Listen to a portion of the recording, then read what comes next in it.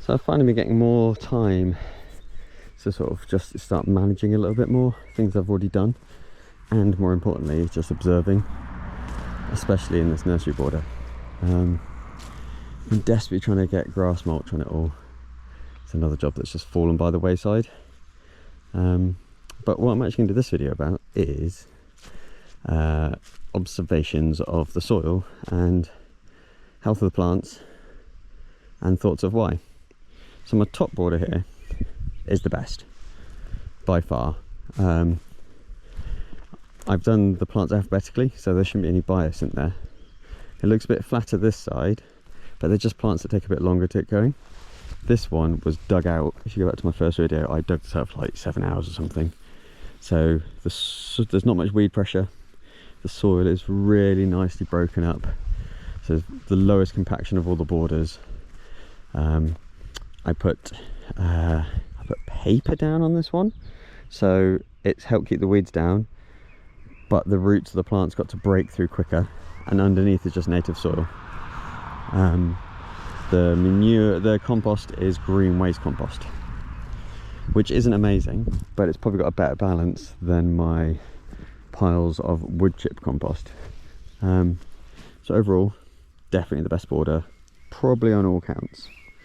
I just need to get more mulch on top of it. I probably don't even need to worry about this for the rest of the year. It will just look after itself.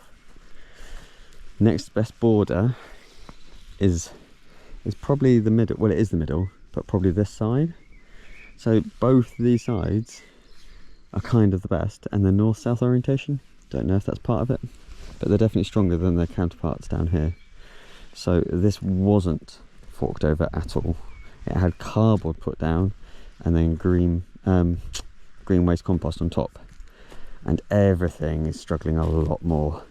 There's things that are doing okay, and I assume it's because they've got shallower roots or just more vigorous, but they're nutritionally they're okay. I think the cardboard was the biggest thing. They dried out repeatedly while the cardboard was rotting down before their roots could break through. I'd guess that happened 2 or 3 weeks ago finally, maybe even only 2.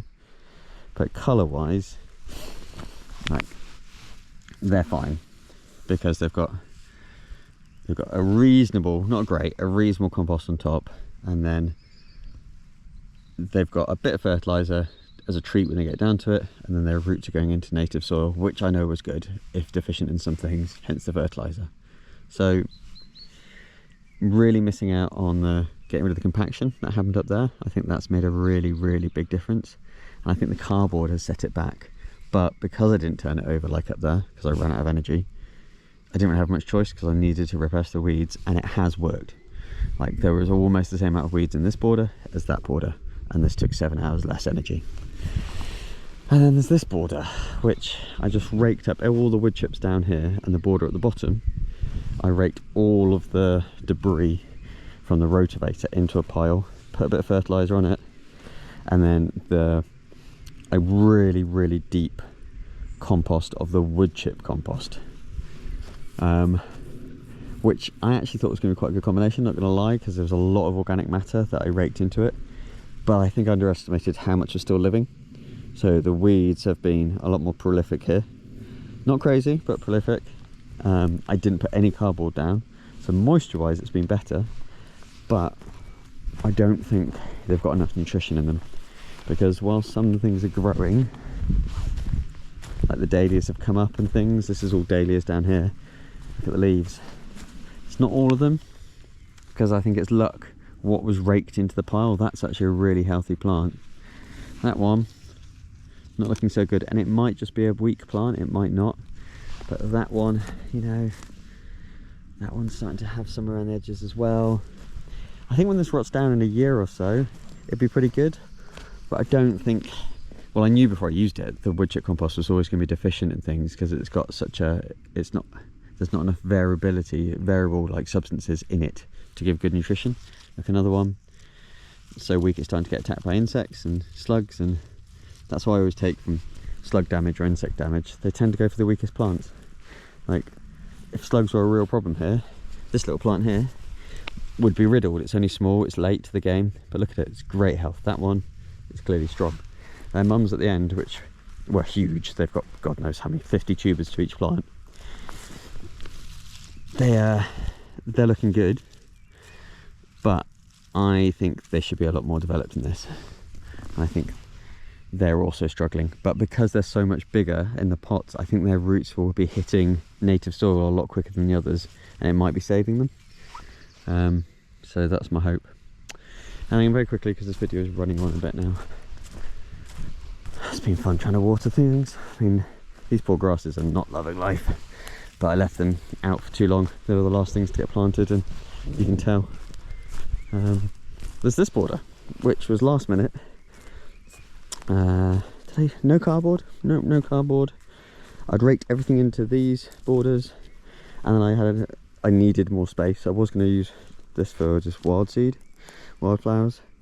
So I just dumped some of the wood chip compost on there. That's about it. It's doing all right. It's actually doing all right. Oh, finally, these are bulbs, I think. Yeah, these are all the bulbs coming up. The bloody blackbird took the labels. I can't remember what actually they are. I'll find out in the future.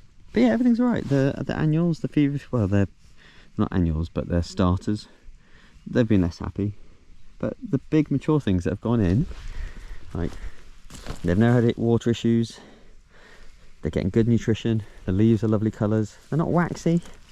They're not incredible leaves. They're not looking at them getting overexcited by it, but they're healthy. And they're spreading and they're growing. Weed pressure is much lower than I would have expected, really.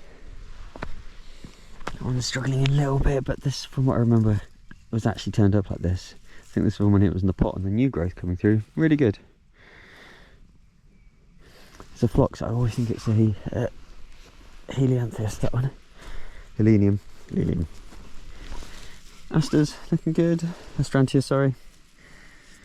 Bit short at the moment, but again, I think next year they'll put on longer stems. Astromeria. Alright, and Astromeria are notorious for not liking being moved, but look, this one's actually spreading a little bit already. It's a good sign. This one's a bit slower to get going, but these were mature plants dug up from Mum's garden, so they help. But yeah, this border's really struggling. Really struggling. The bulbs are okay. These ones don't look good. So we'll see what happens. I think by the end of the year it'll be fine, it would have caught up, but yeah, bit of a long update.